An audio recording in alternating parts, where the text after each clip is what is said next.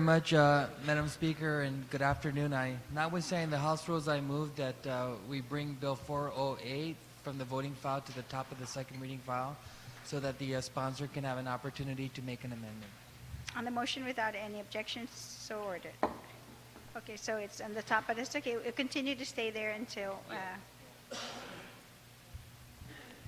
So we'll proceed with 443 and recognize the Vice Speaker.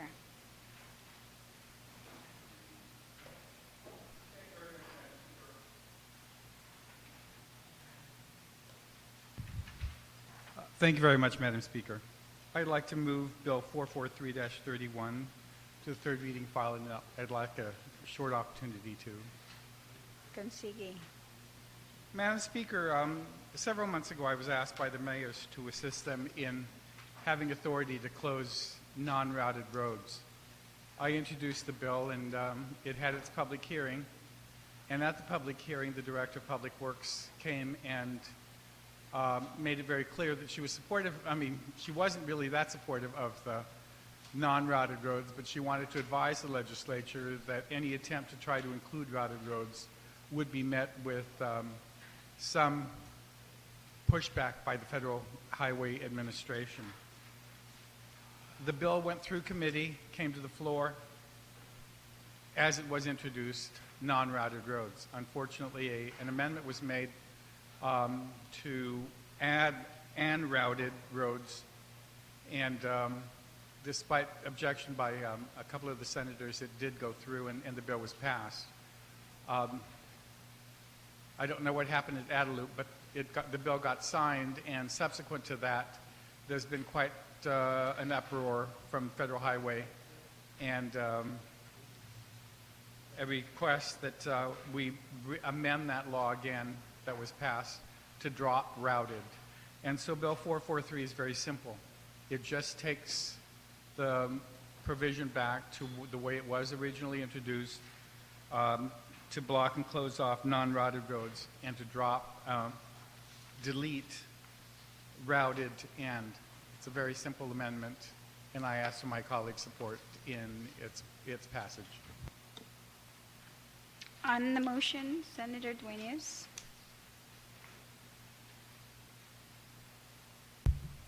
Thank you very much, Madam Speaker. Thank you for the opportunity to speak on 443. Madam Speaker, that is true. It is a simple amendment.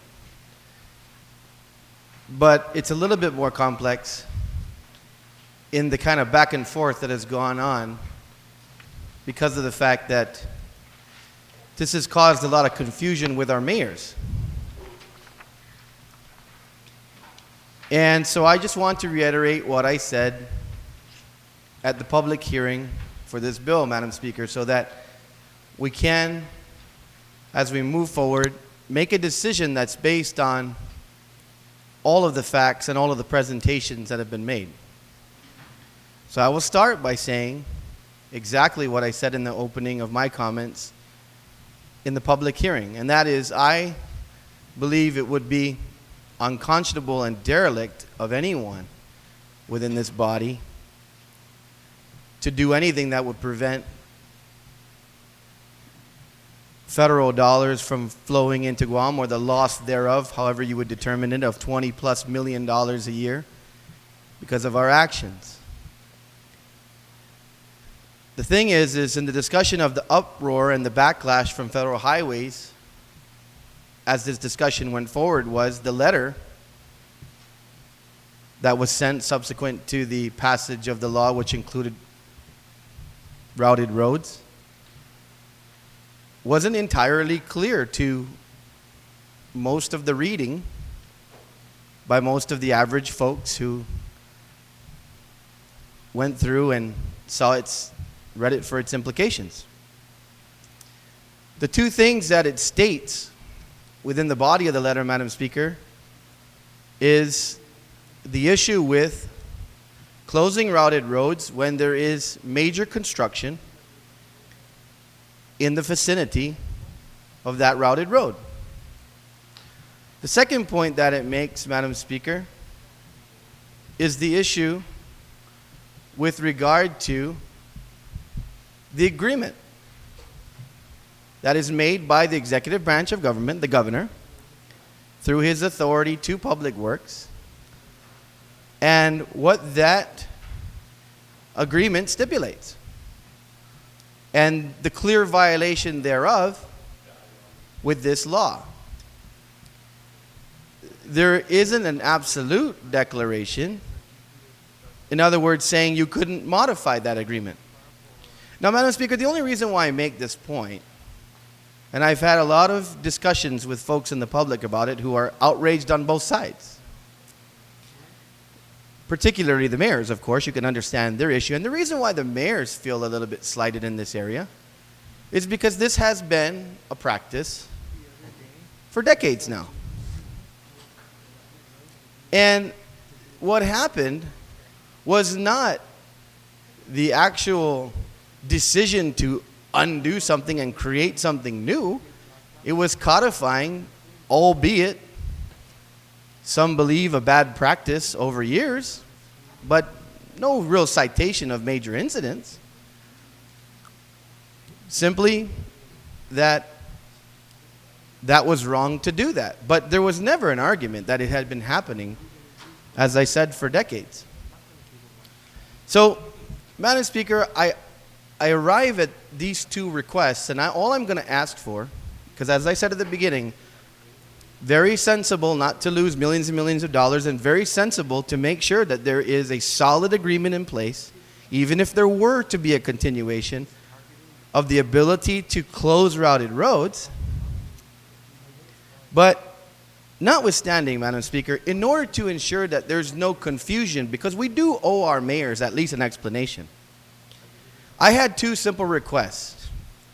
The first request was for a definitive letter from Public Works, clearly stating their interpretation, whether it is in concert with, once again, writing to federal highways, or just exercising their authority to straight away say, this will result. Because the reading of that letter to any common person doesn't say that. This will clearly result in the loss of federal funds. There's no amending of the agreement. There's no turning back. This is going to be the law of the land.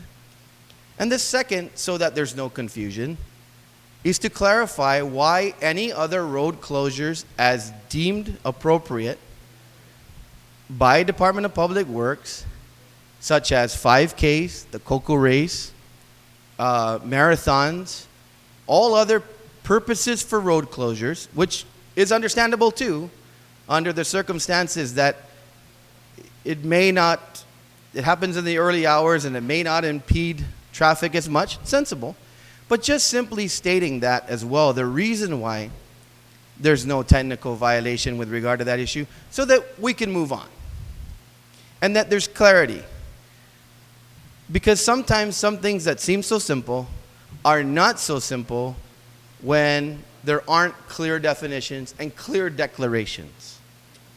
And so, Madam Speaker, I rise only to make that point because the request was made, and to date, as a member of the committee, I have not received in writing that information. So I just think that's a purpose of my wanting to speak and add to the deliberation on our final vote, and so that we make an educated decision at the end of the day, sometimes, as I said, when things don't seem to be so simple.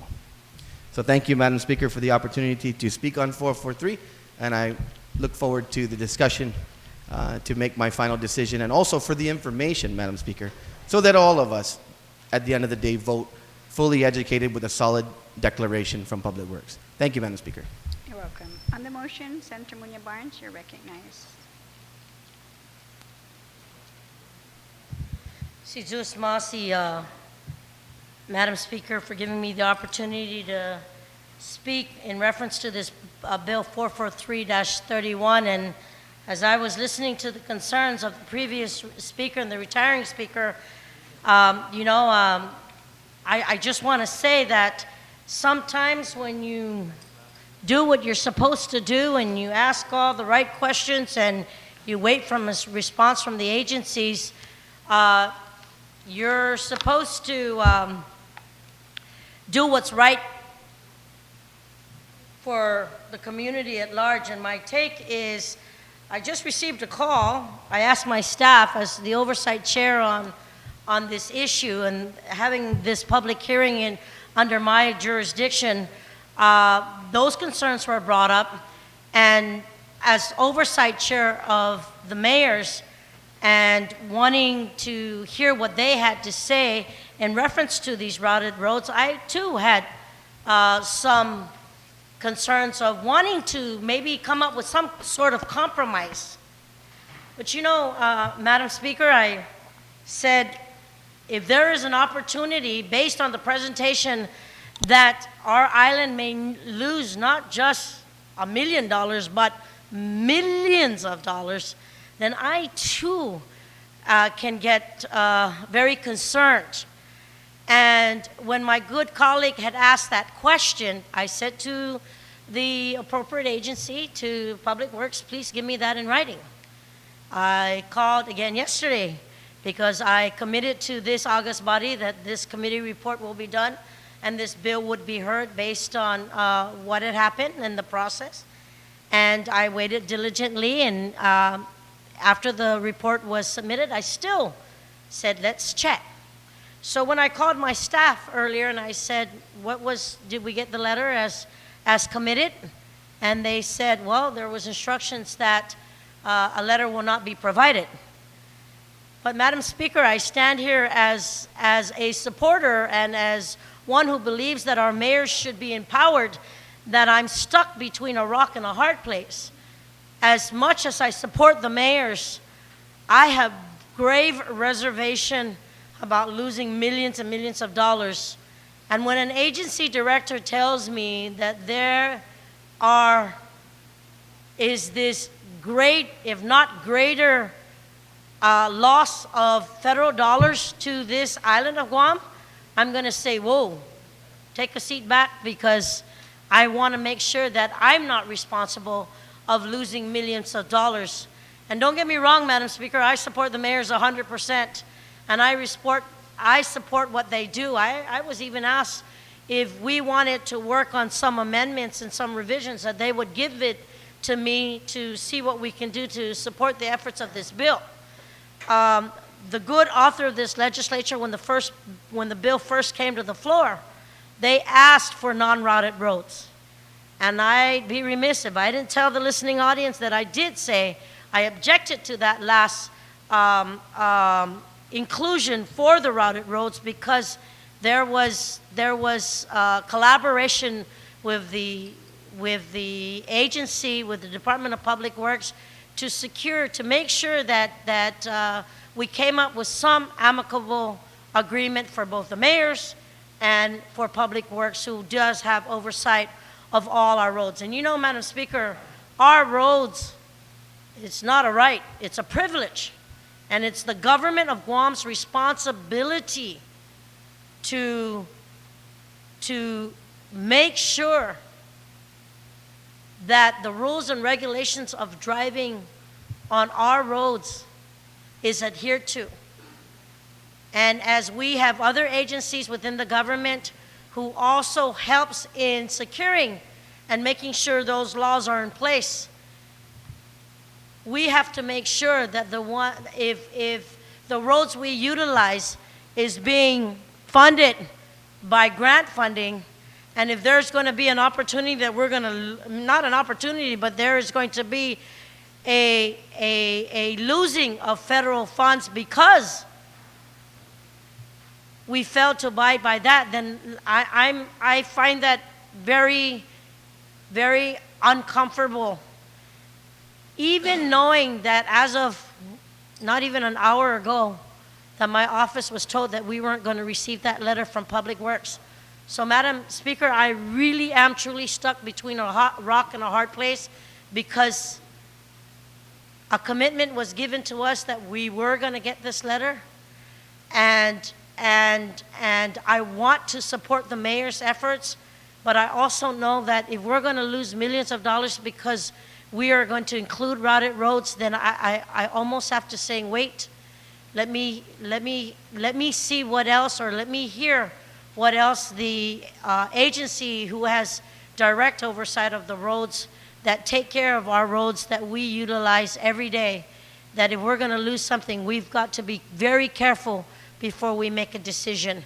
And you know what? I'm not afraid to say that maybe we did go a little bit too far in empowering the mayors of what they need to do. I want to support the mayors. I think they are the 24/7 responders to everything they do in their village. But I don't also want to be responsible for helping lose millions and millions and millions of dollars because we made a mistake. So, Madam Speaker, that is my statement as of this afternoon. My office was informed that we weren't going to receive that letter. So in answer, on a point of information to my colleague, a letter will not be submitted to this August body. Thank you very much, Senator. On the motion, Senator Palacios, you recognize. Thank you, Madam Speaker. Madam Speaker, I rise in support of Bill 443-31. And Madam Speaker, the concerns of the federal government is not unreasonable. For the hundreds of millions of dollars pouring in just to make sure that our roadways are safe, it's not unreasonable to restrict the closure of some of these major roads for for private use. Now, hundreds of millions of dollars of federal highway pay for these improvements. Look around you, they just started again improving after more than 30 years, the Aganda Bridge and the traffic light. We just finished the tri-section in Barrigada. We're working on Route 4. All these are meant to accommodate the increasing number of vehicular traffic out there to correspond with the growing, this growing community. And so that is the purpose for expanding these roads, for improving these roads. The purpose is not to accommodate private needs, and that we should not lose sight. Madam Speaker, the previous speaker made mention of road closures for Koku race or liberation festivities and the like.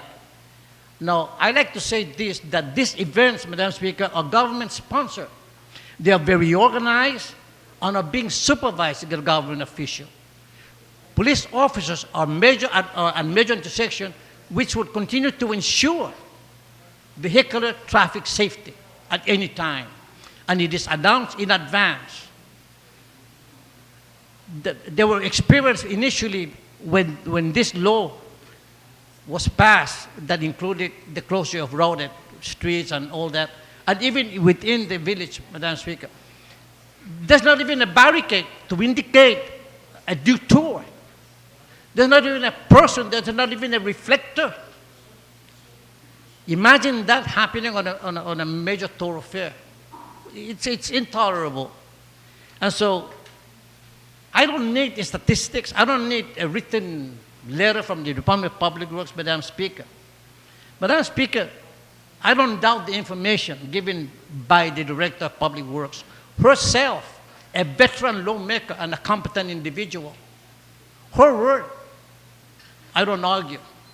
She knows what she's saying. To me, that is enough.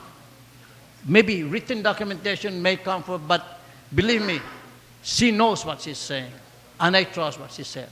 And I support, Madam Speaker, Bill 443 for that reason. Originally, the new law, it was for just non-roaded roads. But even that, I mean, if that's in the street, fine, probably we can tolerate the inconvenience of having to take a secondary street. But on a main thoroughfare, that is meant for traffic, not for private use. Thank you, Madam Speaker. You're welcome, Senator Palacios. On the motion, Senator Tony Ada. Thank you, Madam Chair.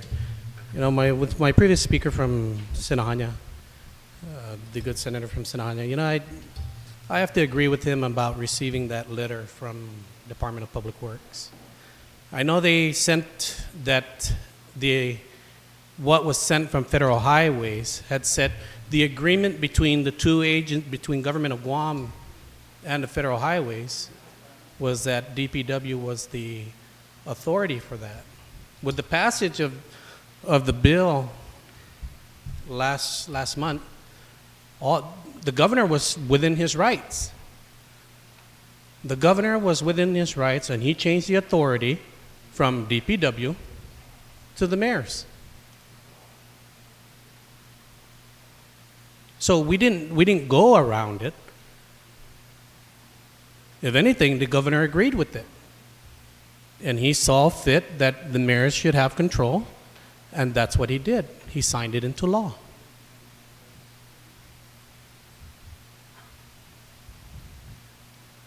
So why wouldn't DPW send in a letter now stating that we're going to lose the $20 million? I've never seen this body fold for a verbal threat from any federal agency.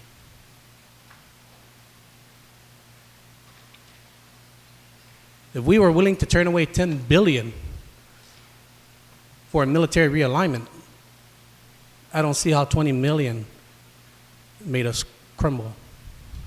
Thank you, Madam Speaker. You're welcome, Senator. Senator Guthertz on the motion.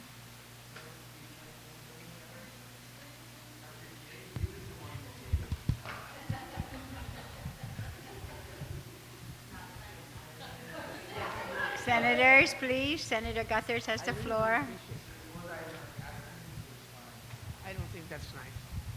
We did not return any money to the federal government, by the way, to the last speaker.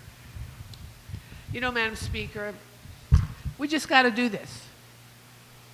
I'm sorry for those that feel badly about it. I feel badly about it because I supported the routed road provision.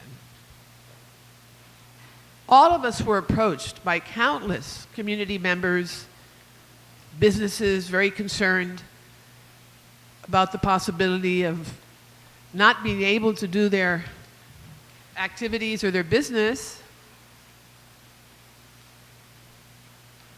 And it would affect their employees, have other impacts.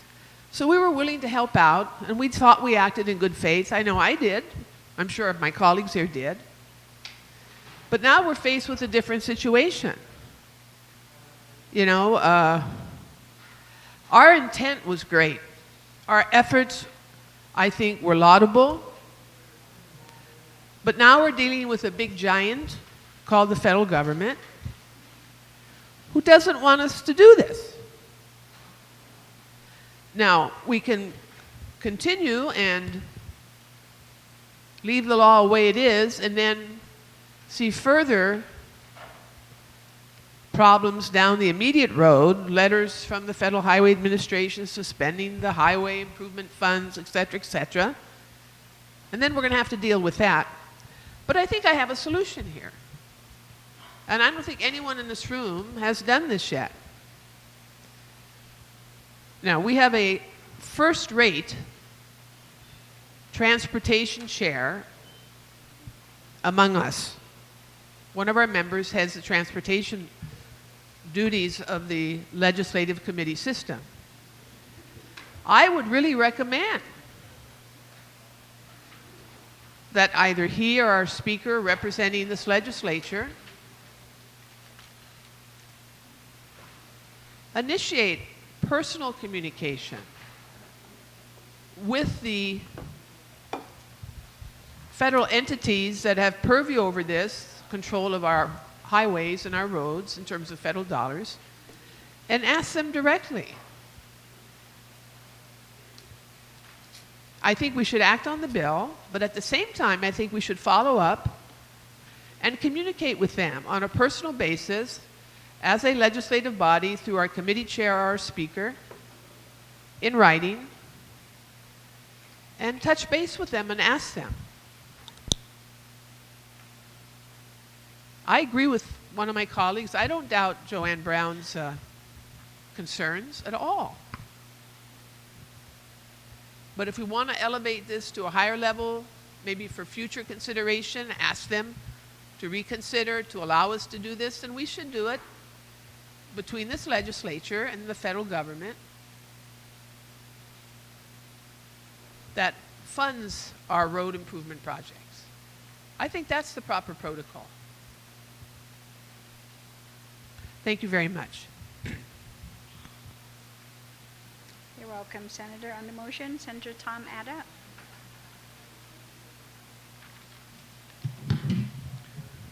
Thank you, Madam Speaker. I rise in support of Bill 443 to delete the authority to close off routed roads, which as part of the mayoral duties. Of course, when the previous bill was voted on last time, I did not vote in favor of the bill. I did not vote on it for a number of reasons. Yes, there was the concern that it might jeopardize the federal dollars to the tune of about $18 million that Guam gets annually. But it was really not my decision not to support, or my decision to support Bill 443 is not driven by the fear of the loss of these federal dollars. Yes, I'm concerned about it, but it really kind of turns my stomach that we would support this bill because we might lose federal dollars. I mean, that's almost tantamount to saying that, you know, my decision has a price on it, and I will be willing to change it if you pay enough money. So it is not my decision to support Bill 443 is not dollar driven. Notwithstanding, I am sensitive to the authorities that are given to the mayors, and I honestly believe that because they are the first responders out there in the villages, we should give them as much latitude and as much authority as we could possibly give them. But I don't think that closing off routed roads should be one of those authorities.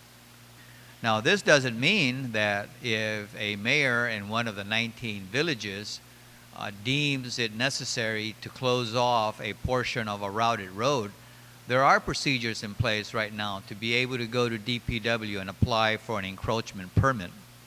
And at that time, DPW will make an assessment of the area that needs to be closed off, and will put in the parameters as to where safety barriers and warning signs have to be put in so that the road can be safely closed off.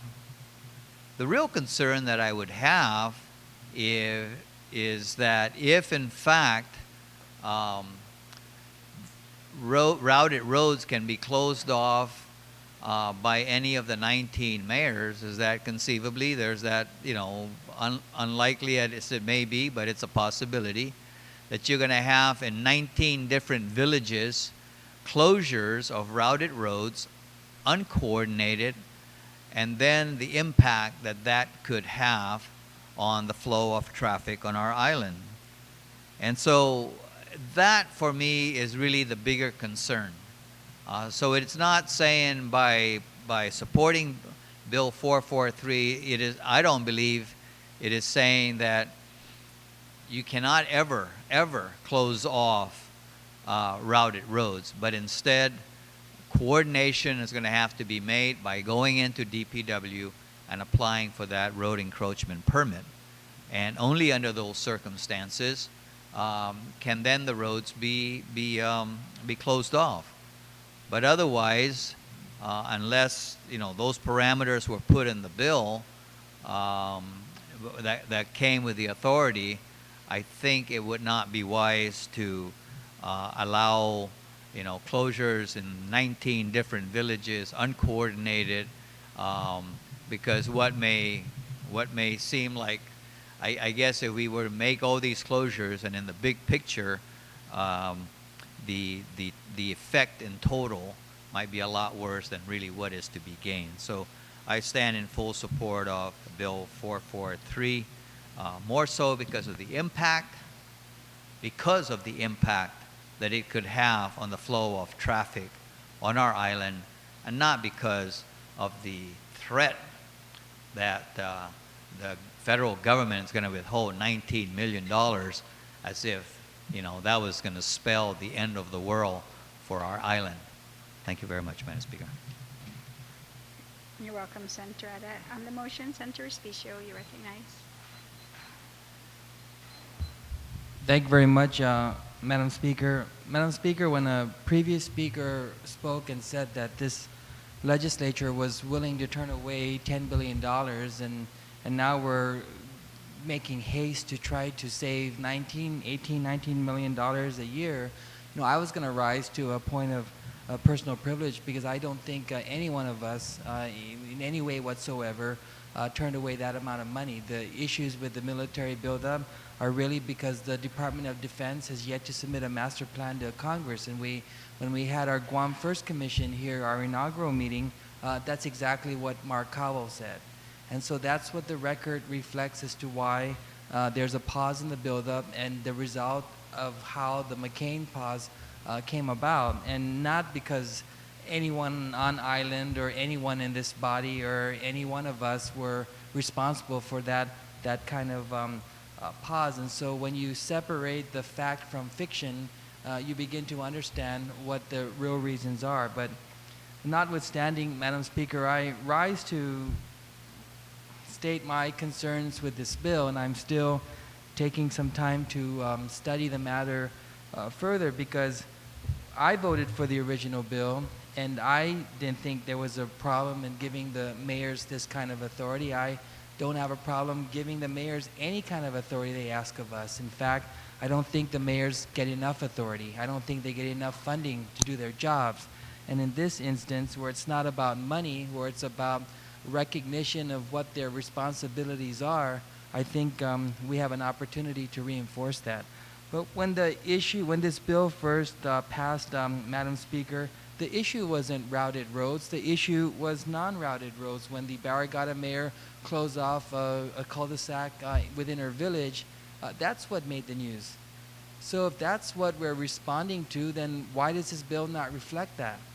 The other thing I'm extremely concerned about is the precedents we're going to set by responding to something someone said without providing that supporting document. If a member of this legislature is asking for information because they need that information in order to move forward, what's wrong with that? Where's the prima facie evidence to support that claim that if we do this, this will happen. If we don't do this, this won't happen. And so we're faced with another situation where we're receiving federal grants to suit the need of the federal grant rather than getting those grants to augment what we need to do on our island. And that's perennial, the problems that we experience over the years in any federal grant that we receive. A department will go after a grant, Madam Speaker, because they want to try a new program or a new idea, or they want to do some kind of cutting edge concept. And then when we get that grant money and that grant money runs out, all of a sudden that becomes a local responsibility, and that becomes our burden to try to fund what was started from a federal grant. We try to fund that with general fund money, and that's why we're in this situation. And these employees that are hired under these grants, when those grant monies run out, they become an employee of the government of Guam. And so here's another example where we're having to react to a threat claimed by the Director of Public Works that if we don't do this, the Federal Highway Administration is going to withhold federal funds. Now, is that fair? Is that fair to treat Guam the same way other jurisdictions are being treated? I remember just the other day, one of our colleagues spoke very eloquently against a bill that would prohibit riding in the back of pickups, arguing that our roads are not the same as freeways. And so one answer can't fit every situation. You know, we went to a funeral today in Tamuning for our good friend Tony Sanchez. Each side of the road across the St. Anthony Church was closed off. What do we do then? What do we do in that instance, Madam Speaker, where it's a time-honored tradition that when people go through these churches, or when they go along Marine Corps Drive, on either side of the road, you have a funeral home on the right, you have a beach that's accessed on every weekend, and then that lane is closed off almost every weekend. It's supposed to be a park with no parking, but yet that water is perfect for jet skiing activities. What do we do in that instance? What do we do when we deny those families, never mind the private businesses, but when we deny those families access to those parks where they don't have to spend any money, Madam Speaker, other than the gas that they need to run their jet skis and food for their barbecue? What do we do when we have 5,000 runners for the 5K, whether it's government or non-government funded? I'm surprised that the Guam Running Club is not up in arms, asking us to be very cautious about what we're trying to do here. Why is it okay, Madam Speaker, to close those roads early in the morning, but it's not okay to close one small stretch of lane mid-afternoon? Or why is it okay to close one lane on each side in front of St. Anthony Road, but it's not okay to close a small stretch in front of a funeral home in Marine Corps Drive, or a funeral home by Afak Nisinahanya? Why are we picking and choosing what's acceptable? And we've always received funding from Federal Highway Administration, and we always had this situation where these roads were closed temporarily. The other day when I was driving by Marine Corps Drive, Guam Power Authority closed a whole section of road right up in front of Feathers and Fins in that area, because they were doing streetlight repair or something. So why is that okay? It's okay because GPA needs to have access to those power lines. So are we picking and choosing and deciding what's okay and what's not okay, and let's go after that park in front of Marine Corps Drive where Lupang Beach Tower is, or let's go after a funeral home because we know that if we don't allow them to close off that road, then they're going to have to close down, or let's go after the churches. I'm surprised, Madam Speaker, that the Archbishop is not here this afternoon, asking us to really, really think about what could be a direct impact to our churches. So I just ask that we pause, and we're a full-time legislature, and if it does come down to the Federal Highway Administration threatening to take $19 million away, then we can go into session. Then we can address them face to face and ask them to take a look at how our roads are, that it's not like a freeway system in any city in the United States, that our routed roads is like a non-routed road in some other jurisdiction. Mayor Jesse Gogwe is very, very articulate, very intelligent. At the public hearing, he made a lot of sense. Even Mayor Dean Sanchez, as long as he spoke, Madam Speaker, he made a lot of sense. And so I would think about a little bit more if I would support this bill or not, and I don't think that my non-support for this bill, if that's what it comes down to, is going to translate to us losing $19 million. I think there's still time for that. And as the previous speaker mentioned, why don't we write directly to Federal Highway Administration and ask the questions directly? Why don't we ask them for a waiver? Have we even tried to ask for a waiver? But instead,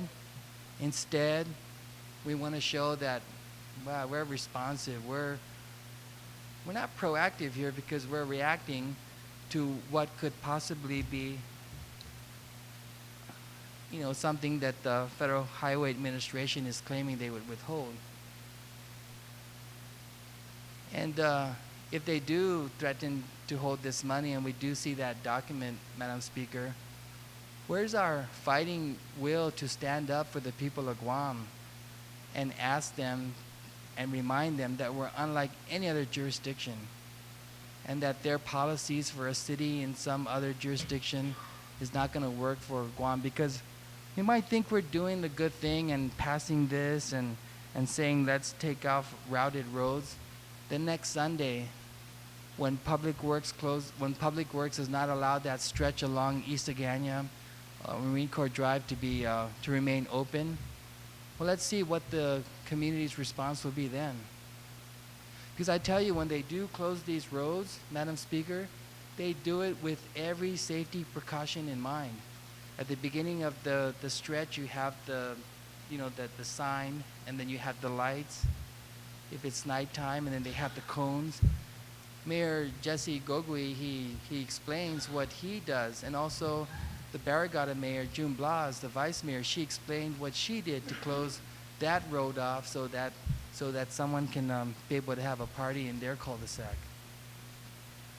We're a growing community where land is scarce, and we have to resort to these kinds of measures where people can still have some semblance of life and enjoying life without upsetting that balance and being an inconvenience to the drivers. And so, Madam Speaker, I do want to see that letter that Senator is asking for, even though I don't know if that letter exists or not. I just don't want to take anybody's word for it, no matter who that person is. When did we start taking someone's word because they said that's what it is? And so I never want to legislate for the personalities or make my decision because I trust the person or because I like the person. You know, we're a deliberative body where I think we owe it to ourselves to really get, if they're claiming that this is what's going to happen, then give us the letter that is already threatening that within 30 days, if the law's not changed, we're going to withhold those monies. And so I rise again to express some concern for what we're doing and all the inconsistencies involved as a result of the genesis of this bill. And no disrespect to the sponsor of this bill, he's trying to accommodate something that the administration is asking of him. And that's also very commendable. But I do want to think about this a little further, but at least I thank you for the opportunity to express my concerns out loud. Thank you, Madam Speaker. You're welcome, Senator Spicio. On the motion, are there any other speakers? Mr. Vice Speaker, would you like to close? I just make the motion to place in the voting file. So on that motion, then, without any objections, order. Bill number, Senator Duenas here, Bill 404.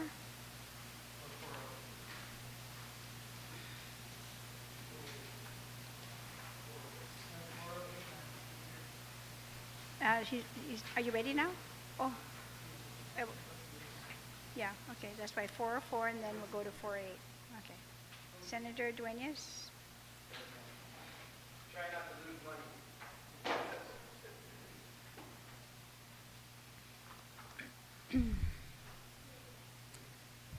Si Diyos masi, Madam Speaker.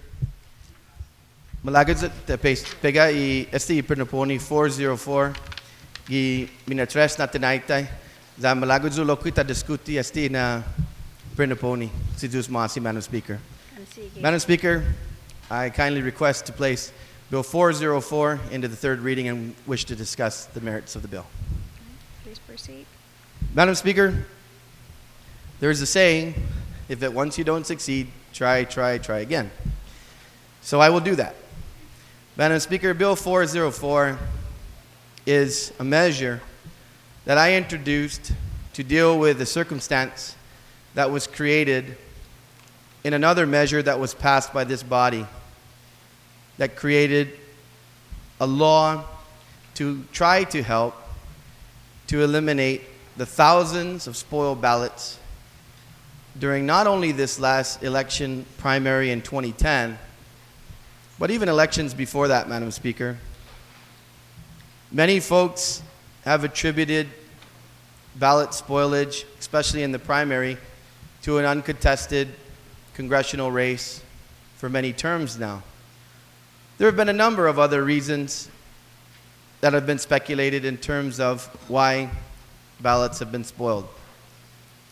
So I thought it somewhat commonsensical to introduce legislation that would make it simpler, in particular in participating in a primary election. And that would be to provide a ballot that simply had two sides. One for the Republican, or the two recognized parties, one for the Republican Party and the other side for the Democrat Party for all races. Well, it seemed logical at the time, and it passed in this body and was signed into law, but then there was the question of what would happen if there was an independent candidate or a third party to participate. There is obviously no such thing as a three-sided ballot, so that would be problematic. So, Madam Speaker, we also, in this body recently, went line by line over the election code in Bill 413 and dealt with a number of issues with regard to election reform, and this came up during that time. The issue, Madam Speaker, was clear that in the formulation of a new political party, that would be done through the bylaws, the collection of their information, the participation in the general election, and garnering the proper votes and parameters of what it would take to become a recognized party, would then participate in another election. So there would be time to deal with that in the in-between time to the next subsequent election. But still the issue of the independent candidate could not be resolved. Simply because by definition, independents are not of a political party. They're independents. So, Madam Speaker, there's two things really with regard to this bill and in my belief of why it's reasonable, effective, and deals with the issue of maintaining a two-sided ballot is, first and foremost, I don't believe independent candidates running for elected office should have to participate in a party primary. By its very nature, a party primary should be to select individuals participating in a recognized political party.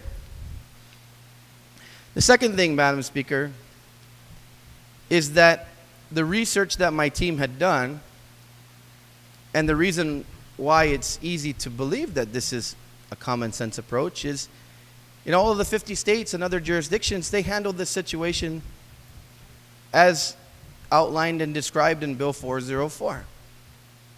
By having individuals running as independent candidates to garner signatures of registered voters to a certain threshold. In this bill is 2% of the registered voters of votes cast in the prior general election. And I believe it's 3% in the gubernatorial race, 2% senatorial, and 2% mayoral. In simple calculations, Madam Speaker, it's anywhere between 1,500 to 3,000 validated signatures, which would probably be 50 to 60% of what maybe the lowest vote getter in a participating primary would be to move on to a general election as it would be. So, Madam Speaker, I ask the body to please consider this piece of legislation to solve a problem that exists with regard to having to require independents to participate in a party election. And I would say also, Madam Speaker, that in talking to some of my colleagues, they actually they embraced the concept, but didn't like the fact that they believed the threshold was too low. So, Madam Speaker, as I listen to the deliberation on this bill, I encourage anyone in our body to consider raising the threshold, perhaps to 5% and 8%, respectively, in whichever races and how it's described and outlined currently. So, Madam Speaker, that's basically the description of the purpose of the bill, the intent of the bill, what the bill would do. And also basically, and just in my opinion, Madam Speaker, as we have a potential to deliberate on Fort 13 and consider its destination in this session, and also the governor having introduced a bill now that could be considered by this body as well in terms of election reform. And I just ask that this Bill 404 be considered and passed by this body to complete what I believe will end up being at some point comprehensive and complete election reform. And so, Madam Speaker, that's my testimony on Bill 404. Thank you for the opportunity. You're welcome, Senator Duenas. On the motion, senators back there were talking on the motion. Does anyone would like to speak on 404? There being none on the motion. Oh, Senator Respicia, are you speaking 404? Thank you very much, Madam Speaker. Madam Speaker, we spoke at length regarding this issue, and I appreciate the sponsors' continued desire to want to make an accommodation for the independent candidates, but the solution really is simple, and we've done that already by allowing the Guam Election Commission to just provide space for anyone wishing to run as an independent candidate. And I think with this proposal, it sets up two sets of standards for those who are running in a partisan race versus those running in a non-partisan race. And there's been different variations, but this variation that's being presented to us, Madam Speaker, simply says that if you get a petition signed by 2% of those that voted in the previous general election, that you can advance to the general election.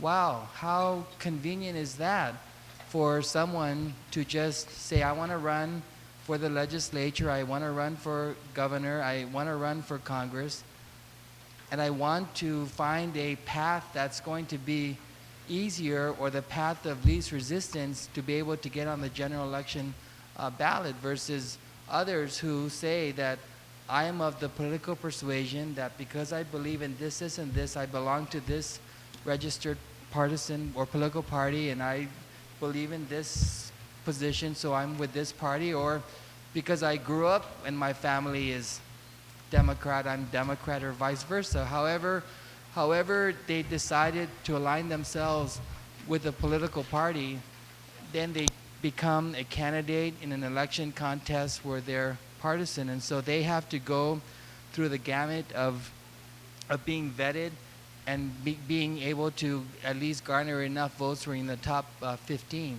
But in the case of this proposal, someone can just go and get, I don't know, the last time we did our calculations, I believe it was, I want to say 800 signatures in a petition, and that you would automatically be placed on the general election ballot. And so I don't know if there's a need for this kind of bill, Madam Speaker, because our current code accommodates the independent candidates, and if they choose to run as an independent, they can do so, provided they garner 4% of those votes cast in the prior general election, so they can advance to the general election. And most candidates, I concede, will not even attempt to run as an independent, because in the primary election, you can't cross over.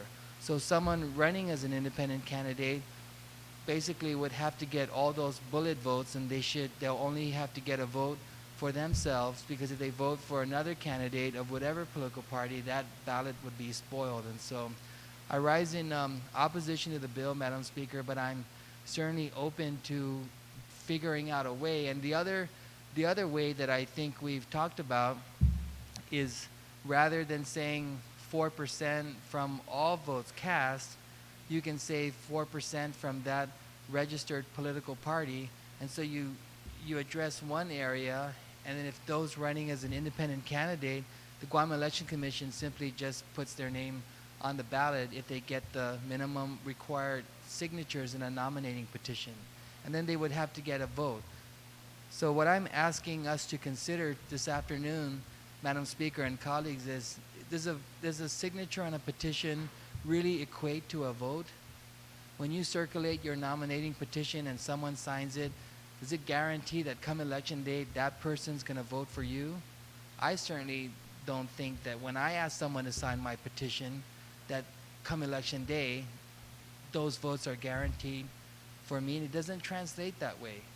And so what we're being asked to do from this proposal does not respect a voter and their ability to make that decision on the day of the election, but it simply says to that voter, if you sign a nominating petition for an independent candidate, expect to see that independent candidate in the general election ballot.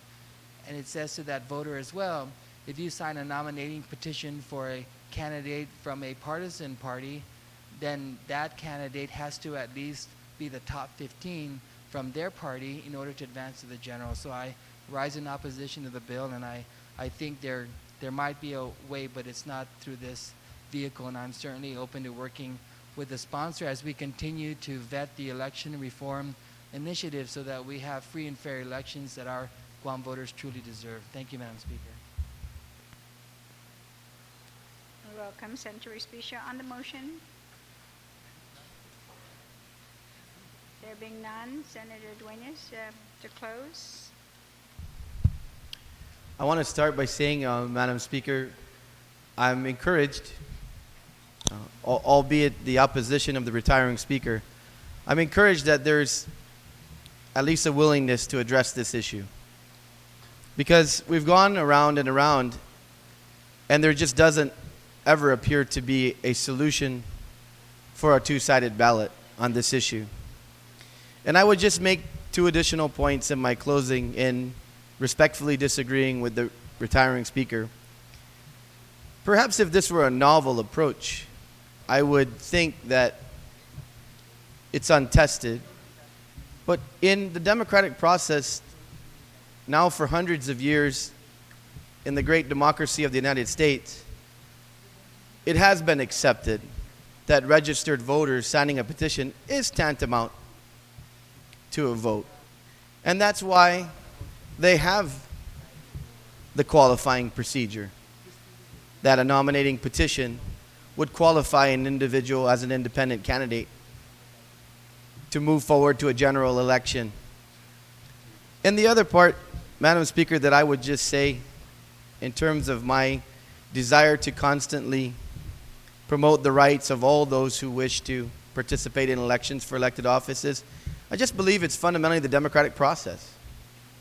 And I believe that democracy is best served when all or anyone can seek elected office and not have to choose an ideological position of a party or a person or even a religious entity or any type of organization.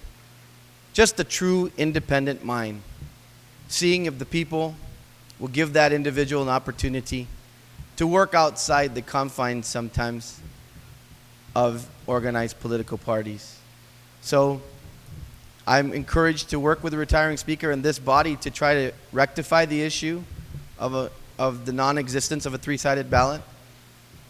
But I will stand on seeing if this bill can pass on its merit, representing the true democratic process. Thank you very much, Madam Speaker. You're welcome, Senators. On the motion then to send to the voting file without any objections, so ordered. Senator Rodriguez?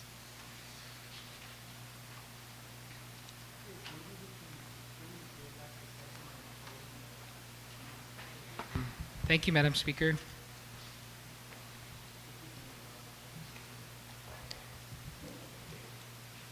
Madam Speaker, I move to place 408, the third reading file, and be asked to discuss and make a few amendments, please. Yes, you may proceed, Senator. Thank you, Madam Speaker. Madam Speaker, the amendment's being circulated now, and what this does is just tighten up the language on this bill to ensure that once we've set up the special fund for the Office of Vital Statistics, that the use of those funds are clearly stated in this legislation. Also, Madam Speaker, one significant change that we're making to this bill with this amendment is item 6 of this amendment is the payments for burials arranged by the director pursuant to subsection 3231 of Chapter 3 and subsection 4503 of Chapter 4A, Title 10, Guam Code Annotated. For a long time now, Madam Speaker, it's been the duty of the Director of Public Health to ensure a proper burial for any unclaimed dead bodies over at GMH. And for a long time now as well, we haven't had the funds available to be able to afford, those people, those deceased, the proper burial. And so now with the establishment of a exclusive and separate fund of the Office of Vital Statistics, now we're ensuring that those dead bodies are afforded that proper burial. And so I want to thank my co-sponsor of this amendment, Senator Ada, for helping in making sure that we make this legislation even more efficient than what the intent is. So thank you very much, Madam Speaker. You're welcome. On the amendment, anyone who would like to speak on it? There being none, so on the motion then to send 408, to accept first the amendment, I'm sorry. No objections, so ordered. So on the motion to send 408 back to the voting file, hearing no objections, ordered. Senator Respicio, you recognize, because I've been getting a lot of amendments, but no, the bill is not on second reading for, we keep it there first until, okay. So a motion then for, yes. And 448.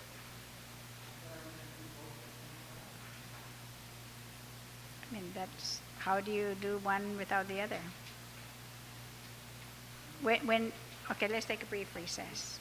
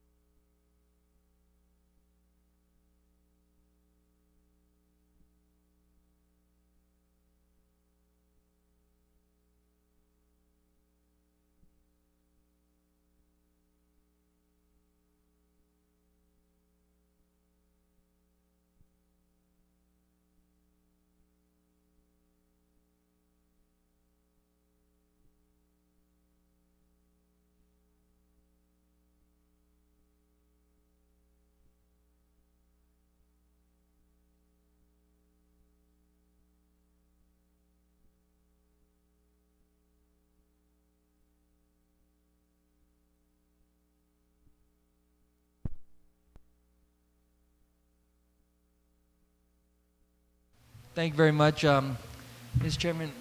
Mr. Chairman, there was a request to go into the committee of the whole for the purposes of hearing Bill 437 and 448. Now, I caution against going to the committee of the whole and hearing two bills at the same time.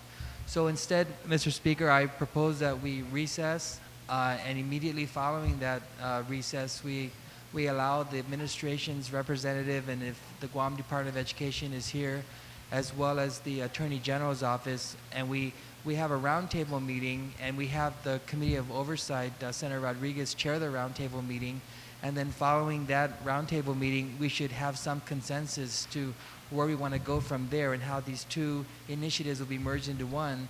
Then we can entertain whatever decision and desire the body is while we're in session. But while we're having this meeting, Mr. Speaker, I also move that it be in the session hall, and that it also, of course, remain televised so that the viewing audience and the media will be able to follow along. So is that clear? On that motion, any objection? Seeing or hearing no objection. We stand in recess.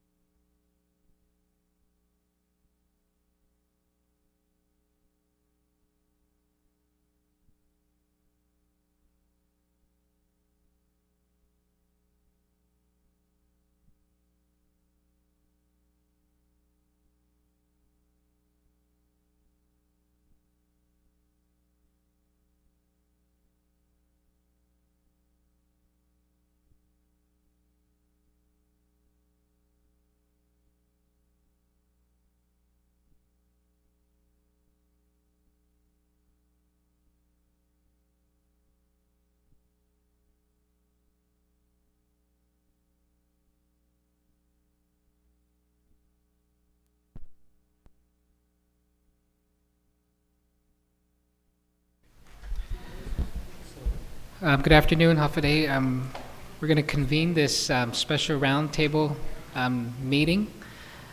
This is the Committee on Election on Economic Development. We have two bills, Bill 437 and Bill 448, that we would be discussing here.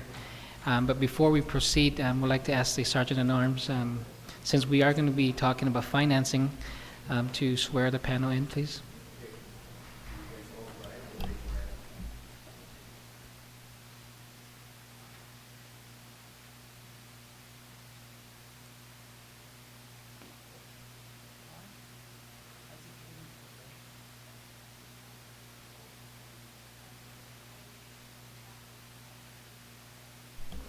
Thank you, Mr. Sergeant-at-Arms.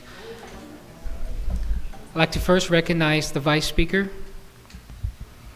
Thank you very much, Mr. Chairman. Mr. Chairman, with all due respect, I'd like to ask the body to please reconsider moving forward at this point.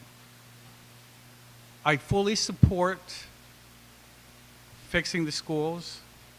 In the two legislatures ago, I made the motion, I introduced the bill for JFK. So I understand the issue, and I'm fully supportive of it.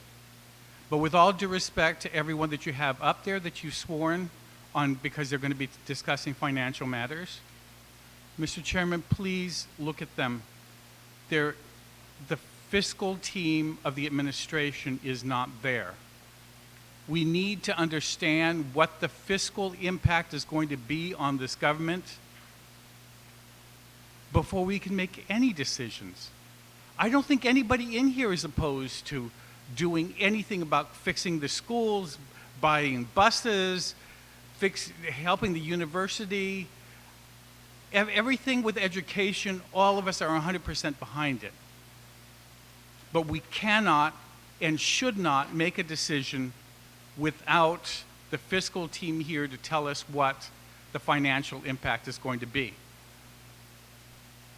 The last fiscal impact statement or revenue projection that was forecast, that was provided to us, was before Series A was floated last year.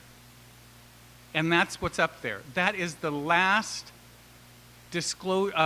forecast of what our revenues are going to be over the next several years, over which to pay these, whatever bill goes through. The financial team is off in Washington, San Francisco, or New York, working on the Series B bond, which I vehemently oppose because we cannot afford it.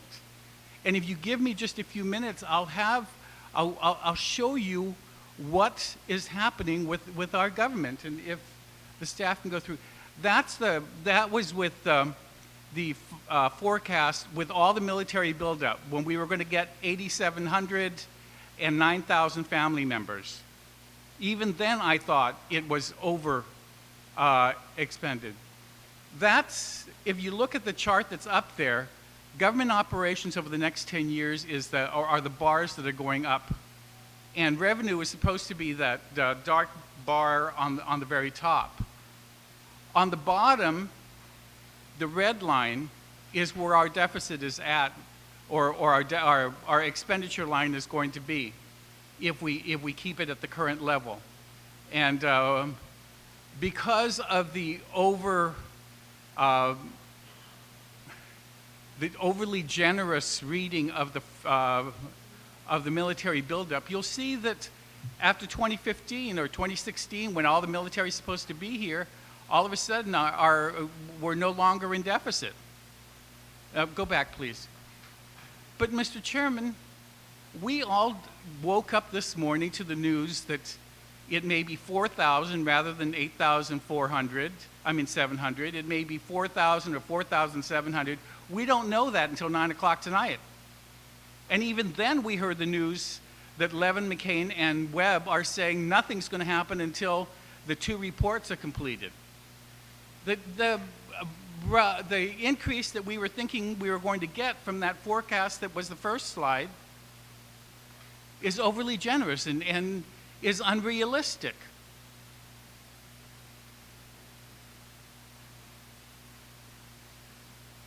We don't know what the impact is going to be now that we're only going to be getting half the military, if we even get that half. But if you, and that's the line when we take into account the military buildup. But if you go to the next slide,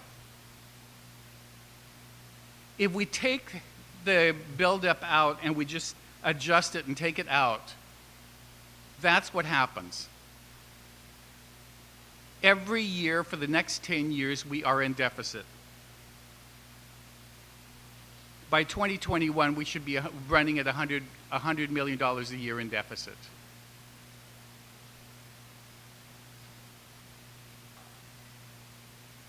That's the adjusted, and I can have, these were prepared by the Office of Finance and Budget. Now, I can have Mr. Badassi explain these to you more in detail if anybody has any questions. But if you just go to the next slide, and we take into account the 10-year forecast and adjust it for the Cortec lease, you see that the entire time again on the bottom, we're just in deficit and going deeper.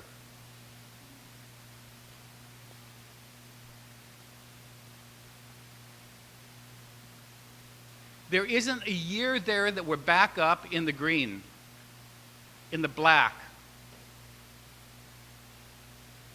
And if you take it to the last slide, and we take into account and adjust in the Cortec lease and the lease back that is being planned, or whatever else is being planned with these two bills, we drop almost all the way down in 2021 to a deficit spending of $230 million.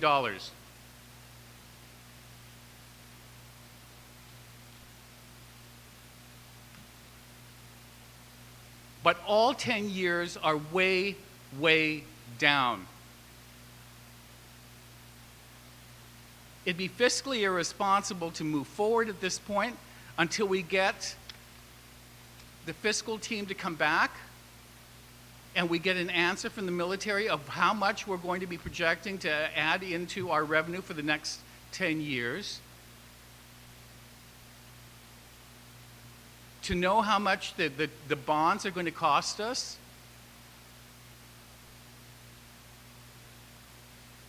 We're supposed to be paying it back by 2013, and we have no money to do that.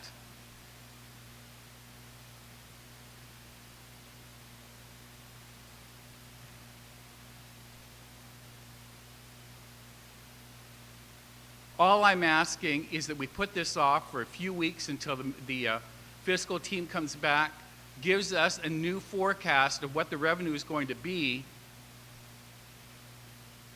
and then we try to figure out whether or not we can afford it.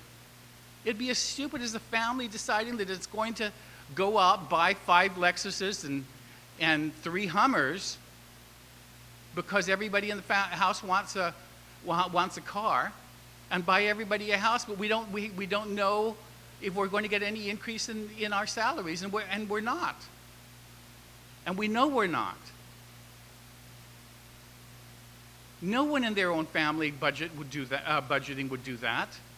How can we possibly decide that we're going to do that now? Regardless of how much we want to fix the schools, buy buses,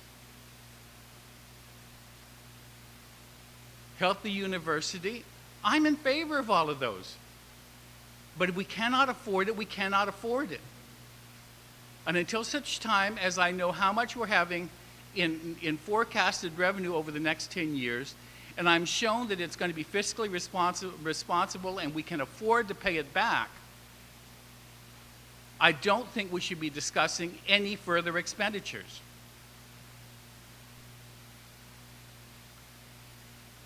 And if you'll allow, I'll have Chris Badassi from the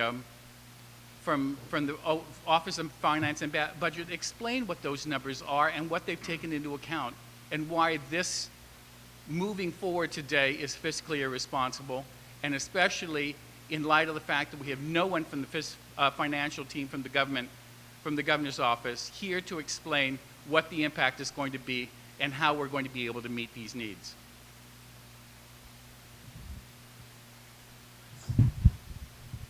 Would it be okay if I had Chris explain the slides to us? Mr. Chairman, before we do that, I appreciate the Vice Speaker's concerns, really, but we're not buying Lexuses here, Mr. Chairman. We're not.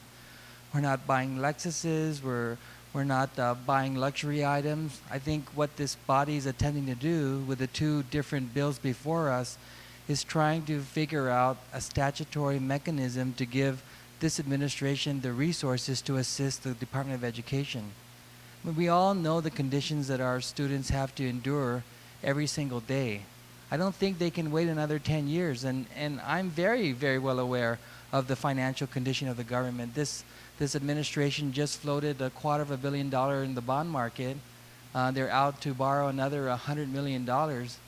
But if we don't leverage those resources and start doing capital improvement projects, we're just going to keep finding ourselves in the same situation over and over and over year after year. And so before we hear a presentation from the Office of Finance and Budget, I ask that we move forward in this proceedings that's a proceeding outside of legislative session, so we can entertain both bills and see if there could be a harmony of interest. And I ask that we do that. I ask that we give Senator Guthridge's bill 437 some consideration. I ask that we give Speaker Wampat's bill some consideration, and we discuss whether or not these proposals have merit. And I do see representatives from the administration. Granted, they're not part of the fiscal policy team, but I think they've been working with the governor's fiscal policy team to kind of convey a message to this legislature that either proposal is doable.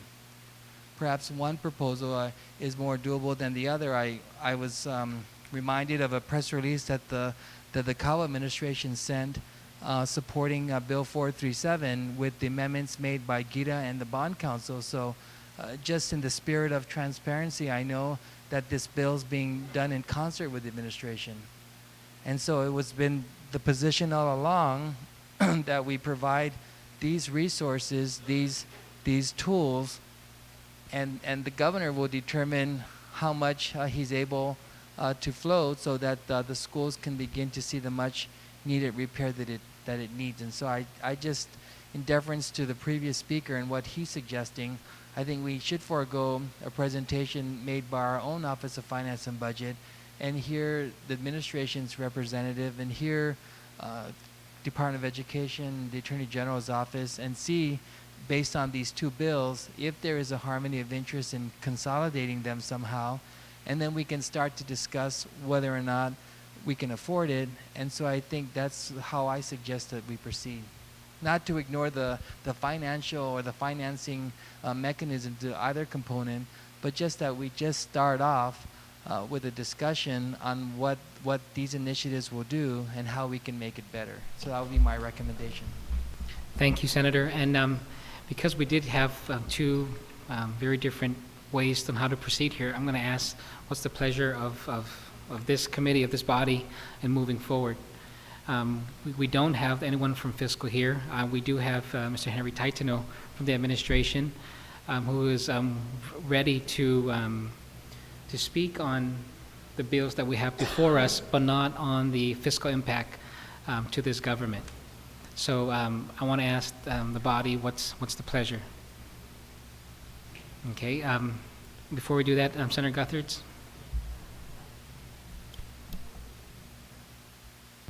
Thank you, Mr. Chairman. You know, the fiscal impact of anything we do here, I think, is always very strong in terms of our minds and our planning.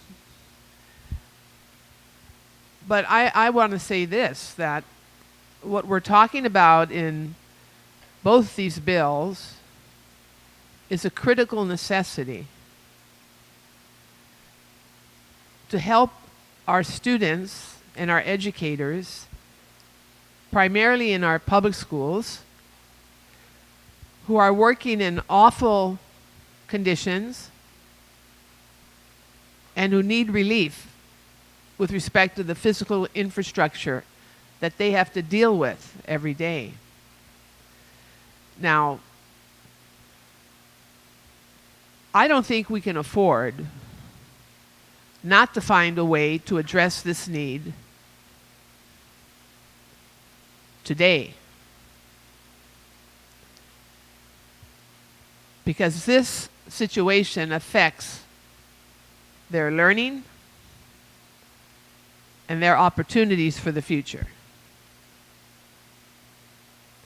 Now, I appreciate the information and the statistics and the numbers that have been provided through the good vice speaker and working with the committee. And we can look at that later. But I would like to hear from our representatives and not delay that for another time.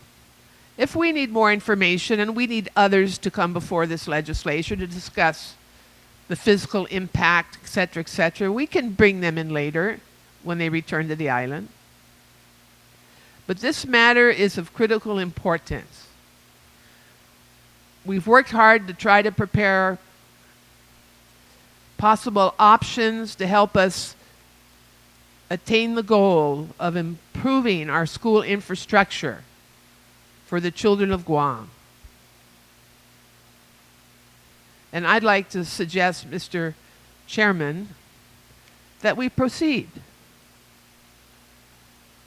We acted swiftly in response to the need of paying our people what was owed to them for their tax refunds. We responded swiftly to find ways to address other critical financing needs of this government. The administration is trying to look at costs in this government, and I'm sure part of the plan is to prioritize expenditures to meet the critical needs of this island. And I dare say that assisting the Department of Education in particular, and bringing its school infrastructure up to standards is part of that critical need. So let's press forward, let's listen to the discussions and ask the questions, and then figure out a course of action. Thank you. Thank you, Senator Guthertz. Senator Palacios, and then Vice Speaker, Senator Yamashita. Thank you, Mr. Chairman. Mr. Chairman, I too recommend that we proceed with the discussion, the concept of offered by in both bills, and hopefully we can consolidate and merge one with the other. And then once we decided on how to approach it, what kind of plan and what kind of concept we're going to adopt, then of course it's relevant at that time to begin to discuss the financing and those things. Now, if that could be a problem, it should not prevent us from approving and adopting a concept. And this is what this is all about. It's just an idea, it's a plan, and I suggest that we proceed with the discussion and see how we can reconcile these two bills into one, and then we'll debate on the funding and the shortfall and the deficits and so forth. Thank you, Mr. Chairman. Thank you, Senator. Vice Speaker? No, Vice Speaker, go ahead, and then Senator Yamashita.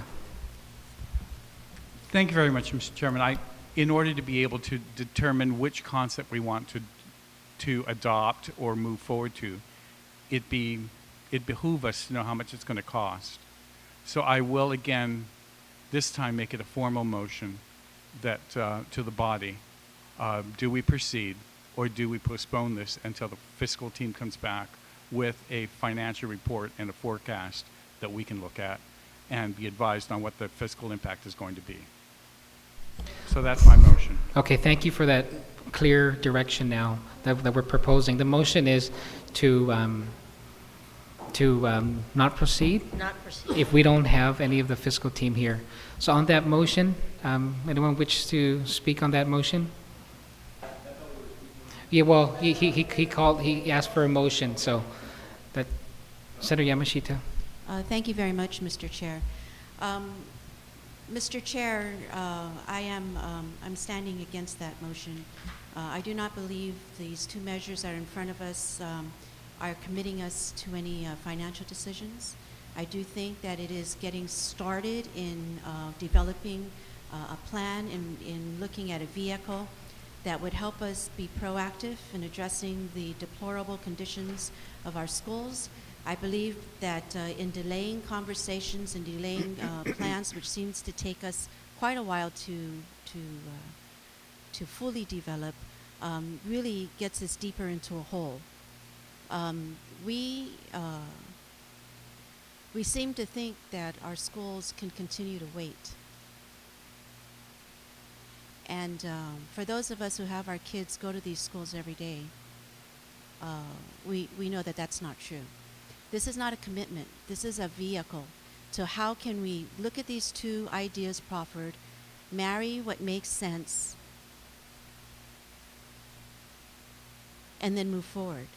And most certainly, yes, it's very, very true that the financial conditions are going to determine the decisions, but before those decisions are ever carried out, there's a whole other process that has to go into play.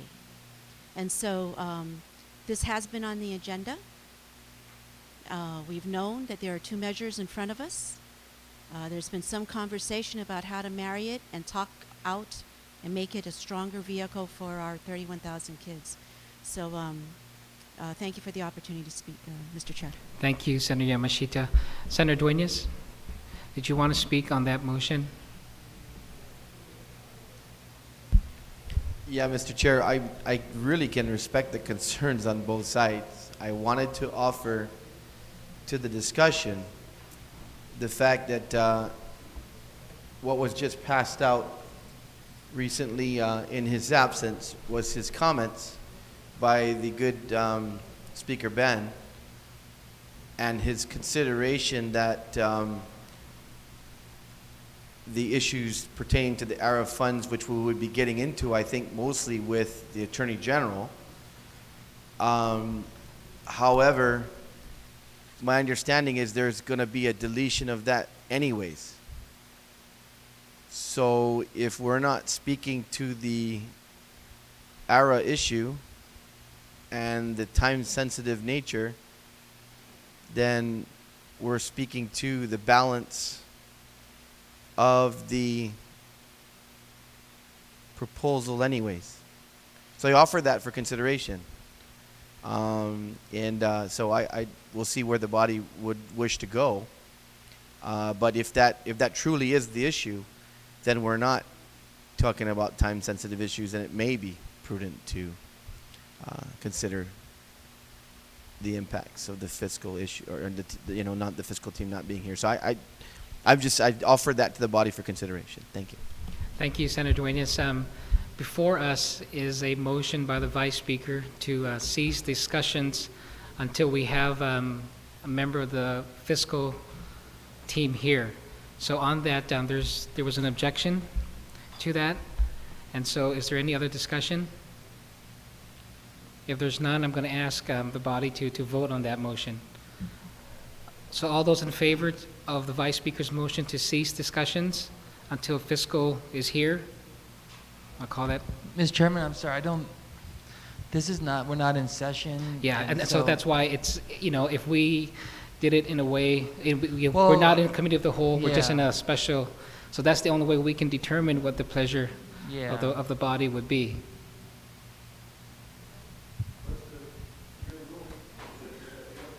Well, so we're going based on the committee's, yeah. We'll take a recess break. Yeah. So that's what.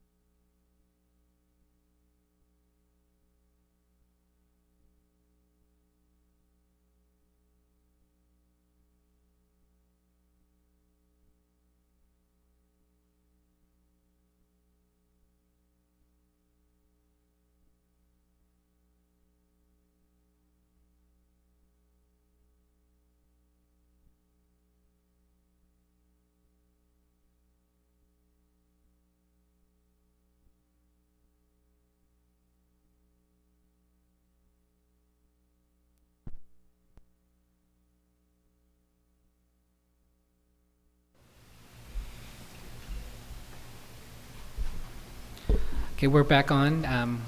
The pleasure of the body would be to suspend these discussions on the two bills in front of us, and then we'll move forward with the session. And the bill that's in committee now will, or it's not in committee, will come back to committee, and we'll have the sessions there, the markup sessions there, and that's when we can have the individuals who are here today be invited and answer any questions that may arise.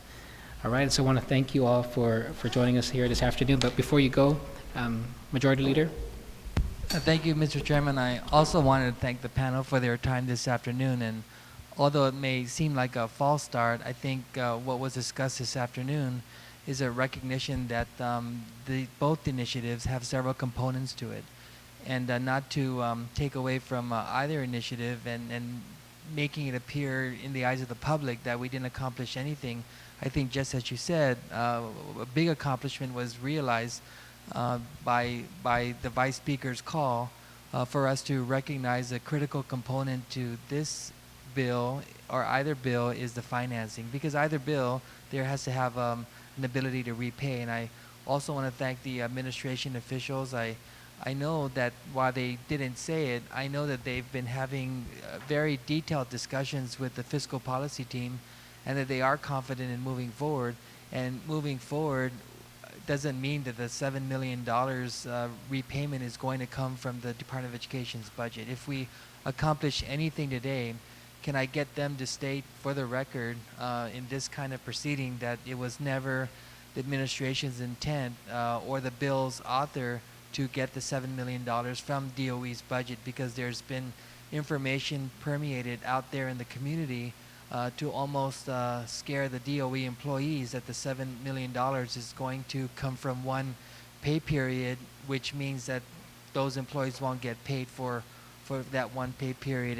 And it was because the administrator of GITA spoke at the public hearing and said that they're going to finance this through DOE's budget.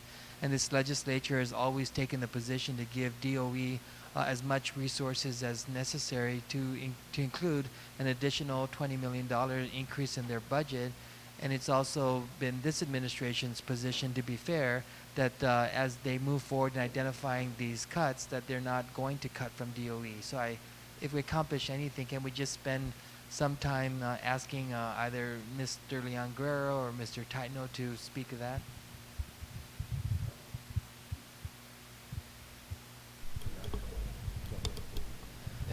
Yeah, I'll ask the question. In any of your discussions with the governor's fiscal policy team on the matter of Bill 437, Senator Guthridge's bill, was it the governor's intent to finance that $6 to $7 million a year from DOE's existing budget? I think the intent was to work with DOE to find a way to finance it. When you start talking about cost cuts, really that's one solution. We're looking at a variety of ways to assist DOE with being more efficient, providing the service that it's mandated to provide. It's a little bit premature to say that we're demanding anything from the DOE budget. We were brought to the table to provide a solution, or to provide an opinion on a solution that was presented to us. So from the Education Task Force and in our work with GITA, we did identify that the solution brought to the table in 437 was doable. But there is going to have to be a commitment from both parties, and as well as DOE, on identifying some of the solutions, and that's why the task force was created in the first place. So we're very confident it would work, but at the same time, we have to work together to do some of that analysis, and that's kind of the process that we could talk about if you wanted. But Carl Panglinen's comment that the $7 million was going to come from DOE's existing budget, where did he get that idea from? Say that again? Where did it come from? Yeah. Is that something he just said on his own, or is that comment being backed up by the administration? Well, I think from the fiscal side, they're dealing with the realities.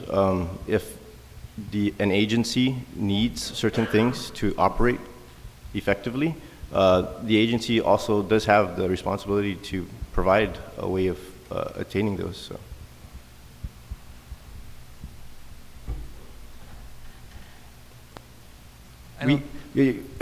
What is the question you're trying to? Yeah, I want to be more clear. At the public hearing, yeah. Carl Pangilinan was asked, how are they going to finance this? And he said, well, the $7 million will come from DOE's existing budget. DOE's existing budget, about 80% is all payroll. And so if you ask them to pay for this, that would mean one pay period. And the speaker's press release was accurate because she was just reporting on what the administration said at the public hearing. So from our understanding, and I know Senator Gutherz can speak to this, there was no talk of having this financed from DOE's existing budget. Oh, is yeah, what I can't speak for why Carl responded that way, but I can tell you that we would look at identifying a revenue source for this, and we would work with DOE. Okay, in doing because it that. wouldn't make sense to say we're not going to touch DOE's budget on one hand, and on the other hand say they're going to have to pay for this. As the chair of the Educational Learning Task Force, Senator, I can tell you that one of the discussions that we've had with stakeholders and with a variety of folks is what is the core mission of DOE, and how are we, spending funds, and as the funds really going to the core, and if there isn't enough to really adequately address the core mission, then we really need to take a look at some of those costs that are contained in there. So those have not been finalized, and the outcome of the task force is going to be recommendations to the superintendent for administrative action, recommendations to the board for board policy consideration, and recommendations to the legislature for possible consideration for legislative action. So we have engaged in discussions with a variety of folks in terms of what is most important to fund under DOE, what could possibly, if we had to talk about increasing teacher salary, for instance, then what are we going to give, because there is no new money. So we're going to have to look at the existing budget of DOE. So those kinds of discussions were not with with the fiscal office, but it was with the education community. I think it's also important to consider that the amount was identified for renovations and repairs. These are deteriorating situations. So if you don't address it, you're basically agreeing to pay escalated prices later. You can't not maintain something that costs you money to maintain and then expect to pay the same price later on if it breaks down. So I think what's clear in our education meetings was that we need a real statement of need from the agency to truly identify what it is they need. Carl's position was to go out and look at the bill and find out if it was viable, if it could be done. And the answer was yes.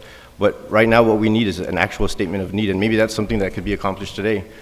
How does DOE feel about the Sodexo report and the conditions of its actual facilities? Because if, from our standpoint, we know that eventually, education is always going to be a priority.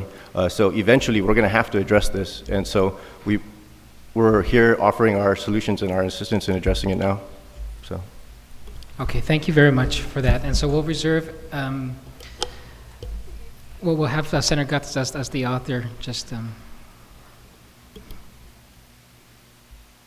I think it's very clear, and at least from my perspective, from the very beginning, the bill that I have presented it recognizes a need for prioritization in this government of expenditures. And I think the process that Mr. Leon Guerrero is chairing with the support of other folks in the government is very critical. We have to look at how we spend money in this government and prioritize what should be spent. Part of that responsibility is the legislature, but it can't be done by us alone.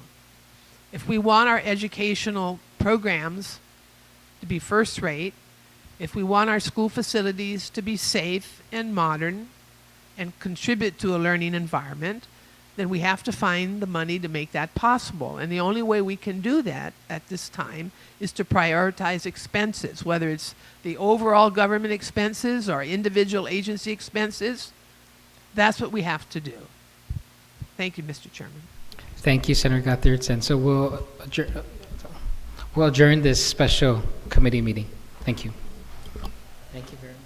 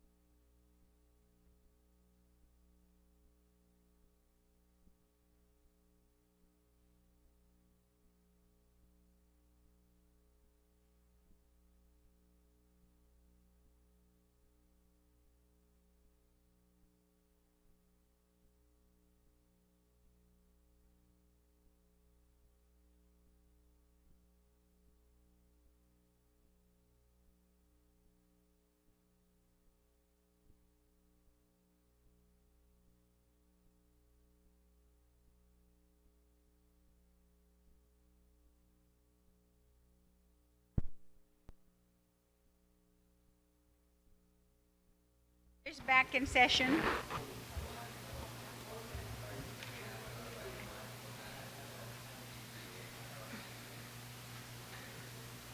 Can we vote at Friday morning, 10? 10? 10, so we're done by 12? Renee, 10 o'clock to vote Friday. Yes.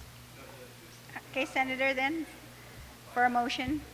Thank you very much, Madam Speaker. Madam Speaker, at the request of the sponsor of Bill 389, I move notwithstanding the House rules to send that bill back to the committee original jurisdiction. On that motion, without any objections, so ordered. And Madam Speaker, I move that we recess until Friday at 10 a.m. until such time we would be able to vote on all the bills in the voting file and the confirmations in the voting file. So on that motion with no objections, so ordered, will be recessed until Friday at 10 a.m. to vote.